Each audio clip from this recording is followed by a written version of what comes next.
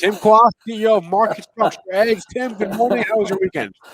It was packed, Spencer. We had family in, and we do the stuff that oldsters like me do, which is tailgate at a Kebmo concert. Well, you probably don't even know who Kebmo is. I know what tailgating is. I was going to ask. Right. So, well, that's what counts, right? He's, I think, a 14-time Grammy-nominated, call him blues jazz kind of musician, 2-time Grammy winner. And he is fabulous. So all we geriatrics gather in the parking lot and, of course, eat stuff like crostini and drink rosé. That's what we do. There's no Bud Light. I've watched it before. I've seen it before, like on YouTube, because I'm into that kind of stuff. So no beer bongs. No beer bongs. It's no longer age appropriate. We would draw strange looks from the youths if we did that. So exactly, the youths of America. Yeah. All right. Tim, let's start with this. Today is August 30th, which means it's the end of the month. Well, tomorrow is the end of the month. But what could that mean here for market structure? Yeah, in the next couple of days. Well, it calls to mind the contrast between things that I think should matter to traders that are market structure, behavior of money, behind price and volume in context of rules, versus what everybody else is talking about. And I heard you talking about Robinhood, by the way, and Rosenblatt. Those guys are market structure experts, by the way. They are big time. They understand market structure. And so I'm listening to a well-known business news channel before this program, and they're all talking about the effect of the Delta variant, COVID-19 Delta variant, and Jay Powell's comments coming out of the Jackson Hole confab, and I'm going to do the exact opposite, which of course, as it probably does for you, Spencer, it calls to mind a Thomas Jefferson quote, who said, and you probably already had thought of this, that he said, that he considered economy, frugality, to be among the first and foremost Republican principles, not the Republican Party, but the representative government, and public debt at one of its greatest dangers. And of course, things are the exact opposite of that. So I'm going to be the exact opposite of what's the headlines and get to your point. So your point is, why does month end matter? It has nothing to do with the Delta variant, got nothing to do with Jay Powell and Jackson Hole. It has to do with the way that the market works. And this is very important for you traders. It would be the same if you were in the weather predicting business of watching a storm form in the Gulf of Mexico and head toward New Orleans. It would be good to know what's coming. And I'm not suggesting there's any kind of storm, but it's just important to understand that at the ends of months, hedge funds want to true up to take their gains. If we've had a good August, they want to lock those in so they can tell their clients that they've done well. If you're a big institutional index investor, or if you manage exchange traded funds, you want to make sure that your positions track the benchmark. Otherwise, folks like Morningstar will hammer you, and it's bad for marketing. And so what happens, here's the thing that's important to understand. There is a cause and effect relationship at month end.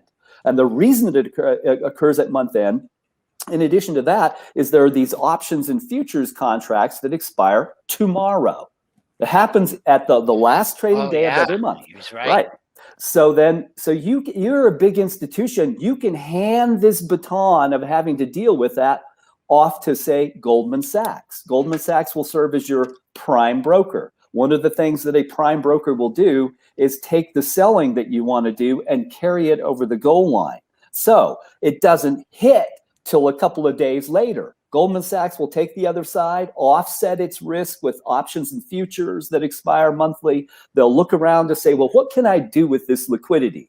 Is there another hedge that I can support with it? Are there options and futures that I can fund with this liquidity? And whatever's left over then gets dumped.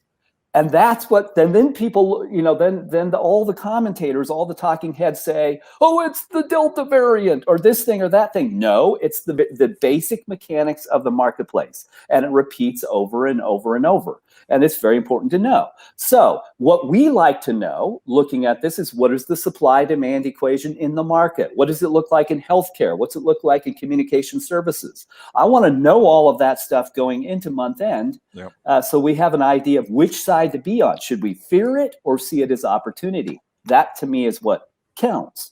And so if you're an edge user, you already know this. We talk about it all the time, and you can go look at that. By the way, if you don't use Market Structure Edge, give it a try. You could do it for free for 2 weeks. Just a good way to have some exposure to market structure. It may not be right for you, but it's an easy thing to do.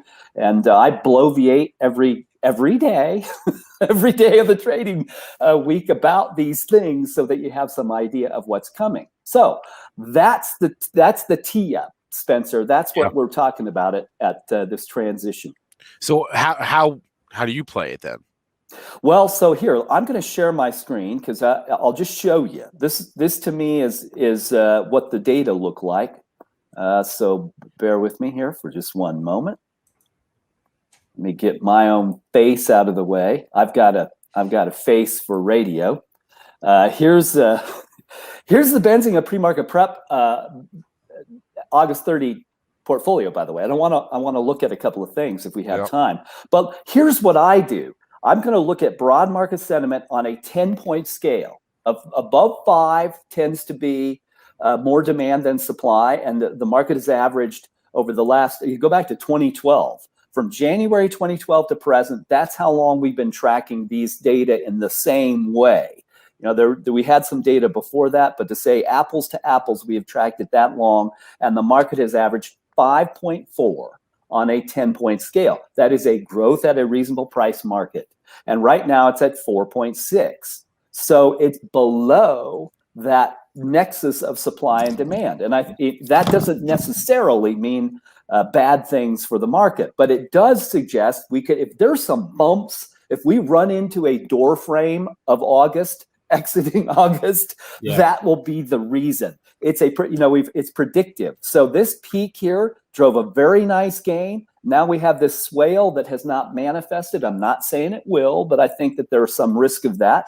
But then looking across the dashboard, so we call the dashboard, this is like the bridge of your ship. It's all the dials and gauges that tell you how you're navigating. And we look for the demand side. The demand side's here. So if I look at airlines and cruise ships, the demand side and the supply side, demand is rising and supply is falling. I could look across, I'm going to go down here to the C's because here's a great way to see 3 sectors all at once. Communication services. This is where Google and Facebook and so on are. They're not in tech. You think they are. So look at that. Demand side rising, supply side falling. That's pretty good. Consumer discretionary, demand side rising, supply side back at trend. Consumer staples, demand side rising, supply side falling. All of those look good. So as we get into September, I would say we could have a pretty good run, but we're just getting to it. And it can be, there's a cause and effect. They're not correlated, they're leading indicators. So I would say opportunity is going to arise in September in a number of these areas. But if we bump through this transition, the reason why is because we're below 5. Over the whole market, we're below 5, and we're just working our way back, and there will be a causal relationship between the two. I won't guarantee it, but it's not going to surprise me.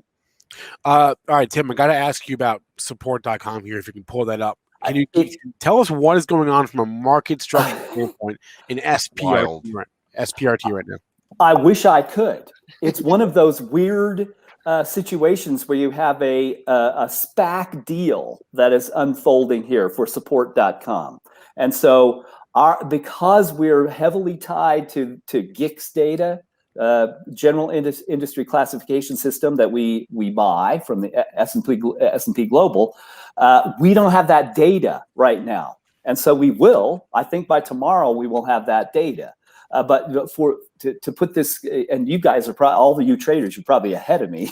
That thing's gone up if you take pre-market today and I think Friday, it's up like 75%. And what's going on? Is it a Reddit mob short squeeze sort of situation? I'll remind folks, if you've listened to market structure, a short squeeze is a small part of what actually occurs. Meme stocks happen because there is more demand than supply. Yeah. That's why. It goes back to this whole market maker exemption. And I've repeated, the people who listen all the time, you already know this, so bear with me. It's not my fading mental faculties that leads me to repeat myself. It's for those who maybe haven't heard. It's the market makers who are the ones, all dollars in the US stock market have to pass through a broker dealer. And it could be the same broker dealer on both sides, but there will always be broker dealers participating in a trade. And they're exempt from having to locate shares to borrow. So if there are suddenly 10,000 limit orders to buy support.com and nobody's selling it, how could the stock go up? Don't you have to have sellers for every buyer? No, you don't. You don't. You have to have a market maker who, by law, has to take the other side of the trade. I use it all the time to my own advantage. I know if I put in a trade at the market for less than 100 shares, I like to be very close to the dollars per trade average. So that will determine how I enter the trade. I know it has to be executed. It's the law. It's going to be my own broker's dark pool or alternative trading system that will take it, or they're going to route it out to somebody who has to take the other side of the trade. So if there are 10,000 orders to buy SPRT and nobody's selling it, brokers are going to manufacture stock to fill all those buy orders, and the stock's going to go up 50%. The good news is you can see it. You can see that coming. I'll use maybe another example. Let's look at another example. Because we can't, I unfortunately can't use support.com to illustrate this, but let's look at Zoom. Zoom often has these characteristics, and Zoom is reporting results after the market today. Mm-hmm. So it's a good reason to look at this stock. So I'm going to back up 3 months, and I'll give you just a case in point. Here was an example of a whole bunch of stock being created right here. It's not necessarily the time I would buy it, but what this is showing us is the trend line. The dotted line is the trend line for short volume, not short interest, but the amount of stock coming from, the amount of trading volume coming from borrowed or created stock. And this huge surge way above trend is something you can see. So if price is not surging on that, that's probably money leaving instead of arriving. So when we can see price rising, demand rising, and a huge creation of stock, that's how meme stocks behave. I could show you GameStop and AMC and various others to show how those things play out. So this stuff was market makers knowing that ahead of options expirations, there wasn't a huge amount of demand for Zoom. So they short it, price goes down, they cover right in here. See these two things? They're the reverse. This is very high short volume. Now all the market makers have covered. So this is where Zoom is, by the way, right before it reports results. Demand is rising and short volume's right at trend. But demand this is a weak chart. Is a demand level at about 2.6, not even, it's halfway to 5, with short volume already at trend and over 50% of trading volume. Is that going to create a big surge in Zoom? It's unlikely. It's unlikely that that's going to occur. You would want this kind of chart. This is where I buy Zoom. If I see short volume plunging and demand rising, that's the place to buy. And that gave us great gains till it reverts to 5, then leave. Maybe even sooner. I leave when short volume pops above trend. But you can see all of that. You don't have to be caught out by meme stock situations. You can see it in the data. All right, Tim Quast is the founder and CEO of Market Structure Edge. The link is up on the screen. The platform is up on the screen as well. Tim, we will talk to you again next. Oh, no, we won't. Next Monday, there's no show. There's a holiday. But we'll talk to you again. I think you're on the calendar for Tuesday. I think I can sleep in for a change. Oh, wow. I get to sleep in too? Do I get to sleep in too? I think so. That's amazing. We will see you on next Tuesday, Tim. I don't get to sleep in because I have kids. Have a good week, guys. All right. We'll see you. Tim.